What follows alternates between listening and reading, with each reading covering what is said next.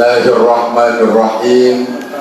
Assalamualaikum warahmatullahi wabarakatuh.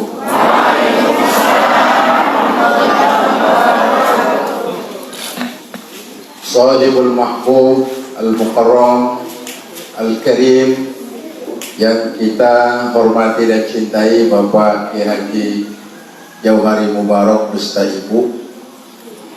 Yang kami hormati Bapak Camat Prigarata. Saya baru tahu kalau program pemerintah Lombok Tengah ini makin bagus. Sesuatu yang perlu ditiru dan mudah-mudahan pemerintah yang akan datang bisa melanjutkannya lebih baik. Yang terhormat Bapak dan Ramil, Bapak Kapolsek juga yang hadir di tengah-tengah kita, teristimewa pengasuh Pondok Pesantren Darun Najah beserta keluarga besar dan para santri, ibu bapak hadirin jamaah yang dirahmati Allah Subhanahu wa Ta'ala. Insya Allah nanti yang akan menyampaikan Maulid Nabi kita Muhammad Sallallahu Alaihi Wasallam, Bapak Kiai Haji Jauhari Mubarak. Saya sekedar membuka saja, mudah-mudahan pembukaan ini menyemangati kita agar kita ke depan lebih baik, lebih bagus dalam urusan ibadah kepada Allah. Kita berada di tempat yang baik, dengan tujuan yang baik, dan insya Allah kumpul juga dengan orang yang baik-baik. Kata Nabi, antanya jipa, majlis itu dianggap menjadi majlis bangkai kalau tidak diucap atau tidak kita berselawat kepada baginda Rasulullah Sallallahu Alaihi Wasallam. Maka semoga majelis ini menjadi majelis yang baik, yang bagus. Jangan pernah lupa kita berselawat kepada Rasulullah Sallallahu Alaihi Wasallam. Yang kedua yang ingin saya sampaikan sebagai pembukaan pengajian pada sore hari ini, tidak ada manusia yang dinilai atau nilainya karena faktor status sosial yang melekat dalam diri. Sapi misalnya, di mana harganya sapi? Ada yang tahu?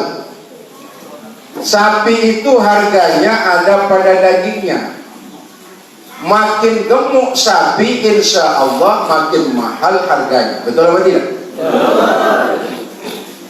Tapi ada burung, nilai dan harganya tidak bukan pada dagingnya, tapi harganya ada pada suaranya.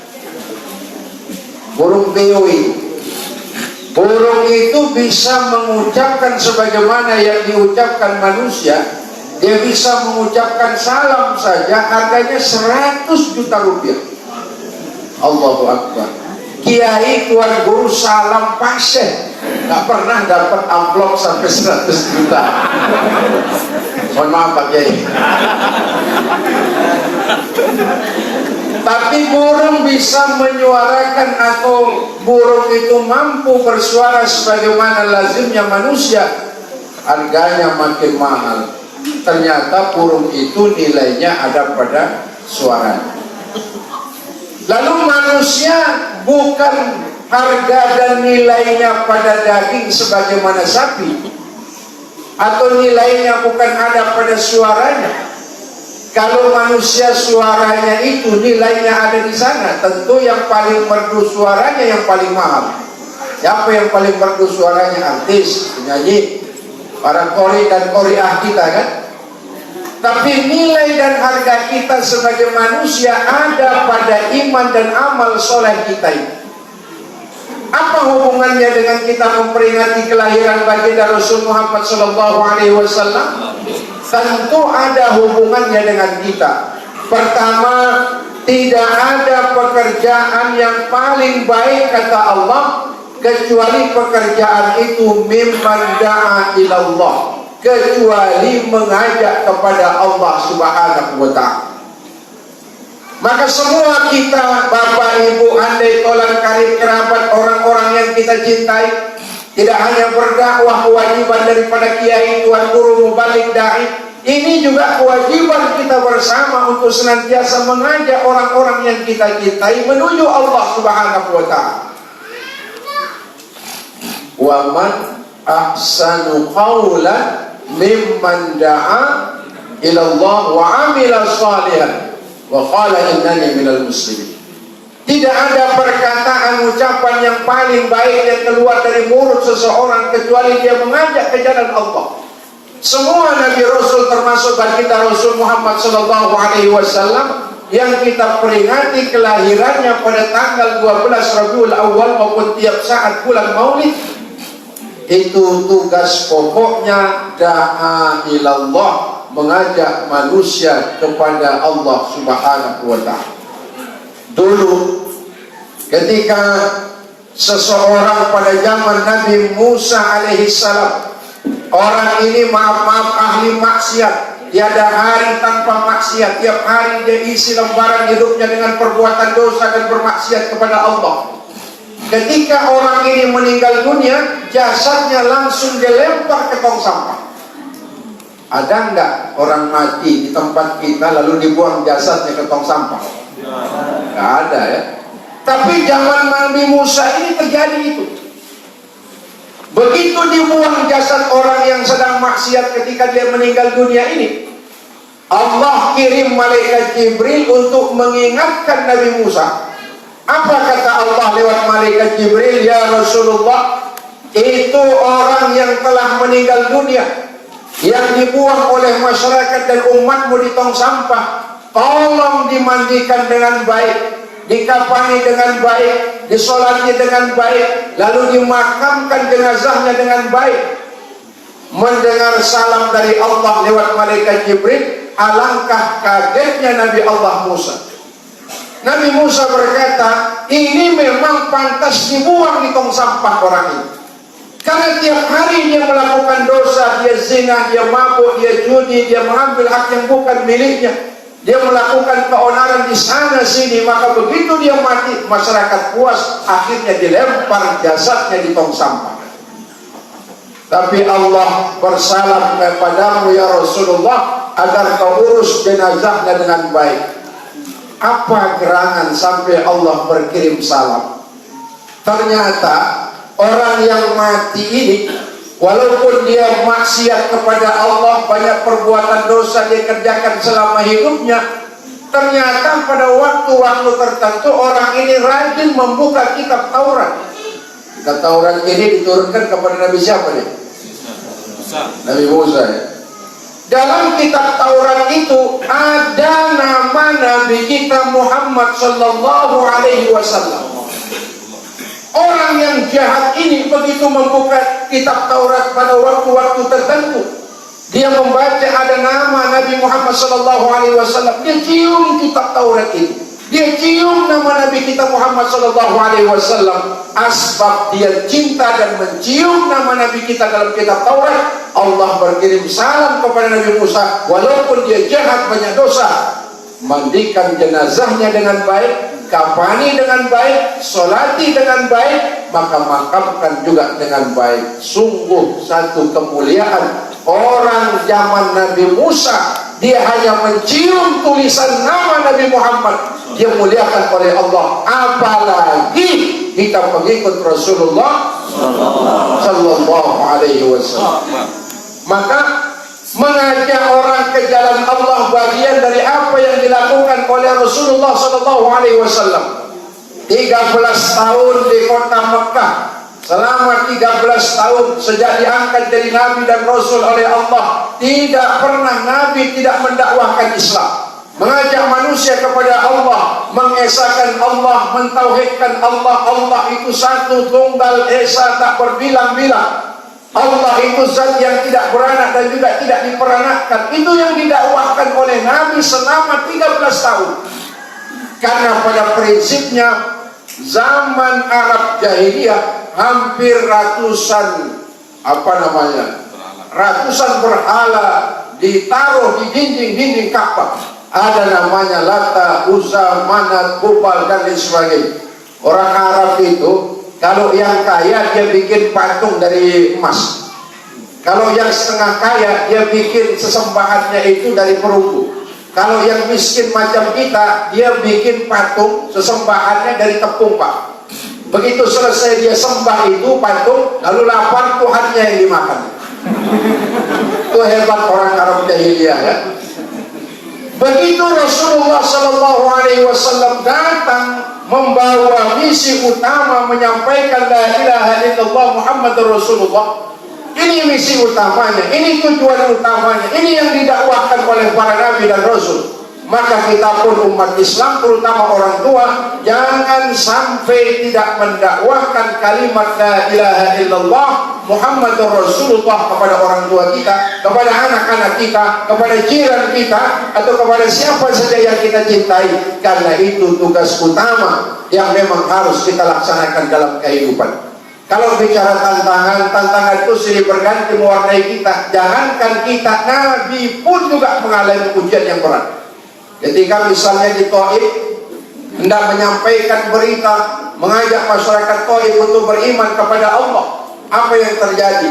Hampir separuh orang Taif melempar Nabi dengan kotoran, melempar Nabi dengan batu sampai berdarah kaki Nabi. Ada yang mencaci maki, ada yang meludahi, bahkan ada yang berkata Muhammad orang gila. Nggak ada tuan guru dai kiai berdakwah dibilang orang gila. Pernah dengar nggak? Nggak ada, Pak. Saya sampai detik ini nggak pernah ada yang bilang itu tuan guru Latif gila, jogang, nggak ada. Nggak ada yang lempar saya dengan batu. Kalau lempar dengan amplop mau saya, Pak. Tapi baginda Rasul Muhammad SAW dilempar dengan batu kotoran dianggap gila. Sampai datang Malakul Jabal. Malakul Jabal itu malaikat yang menjaga gunung saat itu. Lalu berkata kepada Nabi, ya Rasulullah, kita hancurkan saja penduduk Taif atas kekurang ajarannya kepadamu, atas penghinaannya kepadamu. Apa kata Nabi? Tidak. Saya diutus oleh Allah bukan membalas kezaliman dengan kezaliman, bukan membalas perbuatan aniaya dengan perbuatan aniaya. Maka kalau andai kata di antara mereka hari ini belum beriman, saya berharap anak-anak mereka, kalau anak-anak mereka tidak bersyahadat kepada Allah, saya berharap nanti cucu dan generasi-generasi mereka. Lalu andai kata mereka tidak beriman, kata Nabi, aku akan berdoa kepada Allah, ya Allah, Allahumma ahdi qaumi fa innahu la ya'lamun. Berikan hidayahmu kepada kaumku, kepada umatku, kepada masyarakat Arab dan sekitarnya. Boleh jadi hari ini dia lempar aku dengan kotoran, dia sambit aku dengan batu, dia melakukan kejahatan sampai dia menganggap aku gila. Boleh jadi dia belum tahu tujuan apa sesungguhnya aku mendakwahkan kepada mereka. Makanya kalau berdakwah tidak ada yang mendengarkan, jangan marah. Kalau berdakwah tidak ada yang mengikuti, jangan emosi. Kalau berdakwah tidak dikasih amplop, jangan kecewa. Saya juga sering nggak mau terima amplop, Pak, tapi isinya saya mau. Ya, Bapak Ibu hadirin jamaah yang dirahmati oleh Allah. Sebab itu dakwah ini tugas kita bersama. Boleh tantangannya, rintangannya silih berganti mewarnai kehidupan kita. Tidak boleh kita lekang karena panas, tidak boleh lapuk karena hujan. Rawe-rawe rantas malam-malam pun. Anak-anak ini kita dididik mereka supaya dia menanamkan kepada mereka nilai-nilai tauhid, supaya mereka di kemudian waktu menjadi dai, meneruskan perjuangan ulama, kiai, tuan guru di kampung halaman. Mencetak mereka jadi sarjana itu lebih gampang, paling gampang. Dan maaf, mohon maaf, sekarang ini ijazah bisa dibeli. Mau S1, S2, S3, S3, S mampu juga bisa. Tapi kalau mereka hafal atau tidak hafal Quran, nggak bisa ijazahnya dipalsu, Pak. Sebagaimana kata tuan guru bilang, coba ini yang 30 juz, Dari juz 1 sampai juz berikutnya kalau dicoba lalu nggak hafal, kan malu pimpinan pondok, ya kan? Maka harus betul-betul mereka hafal. Menanamkan nilai-nilai akidah sejak dini itu sangat penting. Dulu Nabi Daud sebelum meninggal dunia, beliau berkata kepada generasi di kemudiannya, apa dia katakan? Ma ta'buduna min ba'di. Wahai anakku, wahai kaumku, kalau aku mati lebih dahulu, kau akan tetap menyembah Allah apa tidak? Maka anak-anaknya, generasi dan kaumnya berkata, kami akan menyembah Tuhan yang kau sembah, Tuhan yang disembah oleh nenek moyang kami, yaitu Nabi Allah Ibrahim alaihissalam. Maka kalau hari ini kita orang tua tidak bijaksana meninggalkan anak dalam keadaan lemah ekonominya, lemah pendidikannya, itu tidak bijaksana, Pak. Tapi sangat tidak bijaksana lagi kita meninggalkan anak-anak kita dalam keadaan lemah imannya.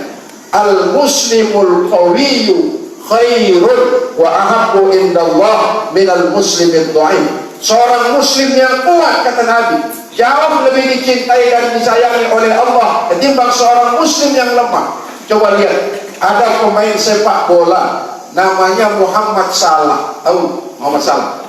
Muhammad Soleh sebenarnya, tapi tulisannya Muhammad Salah. Itu pemain top dunia, Pak. Udah ganteng, taat, itu per 1 tahun gajinya 1 triliun. Kaya, taat, soleh, Masya Allah, luar biasa. Ini sudah miskin, ibadah gak pernah, jelek, maksiat tiap hari. Apa yang kau banggakan? Itu yang perlu ditiru muslim yang kuat. Ini kalian semua tidak hanya hafal Quran. Siapa tahu di antara kalian yang menjadi bupati, jadi gubernur, jadi wali kota, jadi ulama, jadi dai. Allahu Akbar. Dia akan meneruskan cita-cita perjuangan apa yang disampaikan oleh Pak Camat. Betapa sesuatu yang baik harus kita dukung dan harus lebih baik, karena ke depan Nusa Tenggara Barat, khususnya Lombok ini, akan menjadi mercusuar bagi peradaban dan kemajuan di masa-masa yang akan datang. Maka pesantren adalah menjadi cikal bakal sebagai sokok guru untuk menanamkan akidah, membina tauhid, mengajak manusia ke jalan Allah Subhanahu wa ta'ala. Saya rasa itu saja sebagai pembukaan. Mudah-mudahan ada manfaatnya. Mohon maaf lahir batin. Wassalamualaikum warahmatullahi wabarakatuh.